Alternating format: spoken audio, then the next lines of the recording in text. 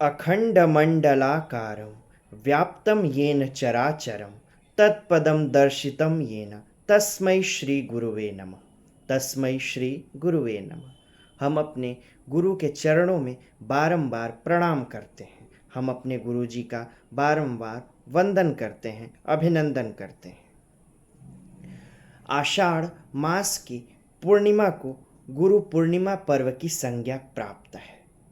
इस दिन भगवान वेद व्यास की जयंती मनाई जाती है और ये कहें कि भगवान वेद व्यास के जयंती के शुभ अवसर पे ही गुरु पूर्णिमा का यह पावन पर्व मनाया जाता है। गुरुओं का हमारे जीवन में बड़ा ही महत्वपूर्ण स्थान है। गुरु हमें भोग से लेके मोक्ष तक का मार्ग दिखाने में, प्रशस्त करने में सहायता करते हैं। कहा जाता है कि अगर कोई भी क्षेत्र हो, अगर उसमें आपने श्रेष्ठ गुरु का चयन किया और उनके कहे अनुसार उस पथ पे आप चलें तो आप जरूर ही अपने लक्ष्य को प्राप्त कर सकते हैं। और अगर आप साधना के क्षेत्र में हैं, आध्यात्म के क्षेत्र में हैं, तो गुरु का सानिध्य, उनका मार्गदर्शन होना आपके लिए बहुत ज़रूरी हो जाता है। साधना के क्षेत्र में गुरु की कही एक एक बात को नियमतः अनुगमन करना साधना के लिए श्रेयस्कर साबित हो सकता है। गुरु का सम्मान हृदय से किया जाता है और हृदय के अंतःकरण से ही गुरु के प्रति भक्ति, समर्पण, त्याग प्रस्फुटित होता है। गुरु पूर्णिमा वो तिथि है जिस दिन गुरु जी के प्रति विशेष आदर भाव, सम्मान व्यक्त किया जाता है। आषाढ़ मास की पूर्णिमासी गुरु पूर्णिमा वो तिथि है जिस दिन शिष्य अपने गुरुओं का आदर करते हैं, पूजन करते हैं, उपासन करते हैं, आराधन करते हैं और उनको विशेष धन्यवाद देते हैं कि हे गुरु, आपके आने से मेरे जीवन का जो कष्टमय मार्ग था वो आसानी से पार हुआ और हे गुरु, आप हमें इस जीवन के अंत में मोक्ष का भी मार्ग प्रशस्त करने की कृपा करें।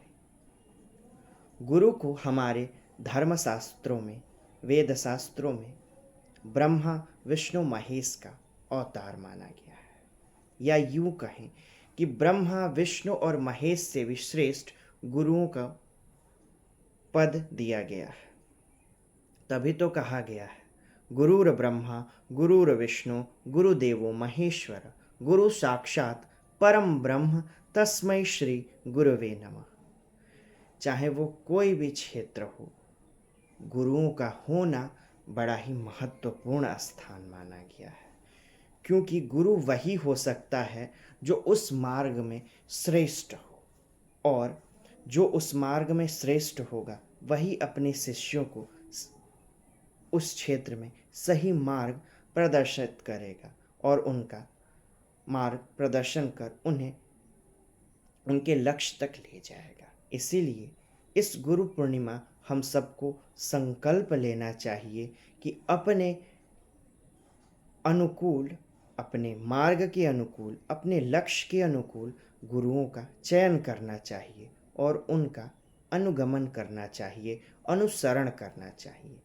इस वेद व्यास जयंती गुरु पूर्णिमा के सुअवसर पे हमें अपने गुरुओं के प्रति आदर भाव प्रकट करना चाहिए। यूँ तो जीवन के रोज और हर दिन गुरुओं का सम्मान किया जाता है, उन्हें याद किया जाता है, लेकिन गुरु पूर्णिमा वो विशेष तिथि है जिस दिन विशेष रूप से गुरुओं का आदर किया जाता है, सम्मान किया जाता है और धन्यवाद दिया जाता है उन्हें। गुरुओं की पूजन, उपासन और आराधन का ये विशेष पर्व गुरु पूर्णिमा ही है, जो शिष्यों को गुरु शिष्य परंपरा की याद दिलाता है, जो आज के इस वर्तमान समय में खत्म होती नजर आ रही है।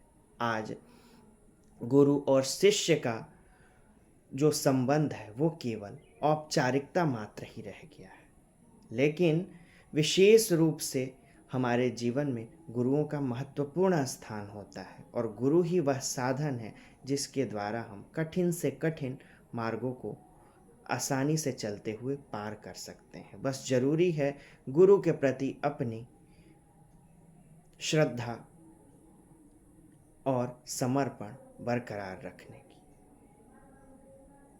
शिष्य वही सही और सच्चा शिष्य साबित हो सकता है जिसके हृदय से गुरु के प्रति, जिसके हृदय के अंतःकरण से गुरु के प्रति आदर, सम्मान, त्याग और प्रेम प्रस्फुटित हो।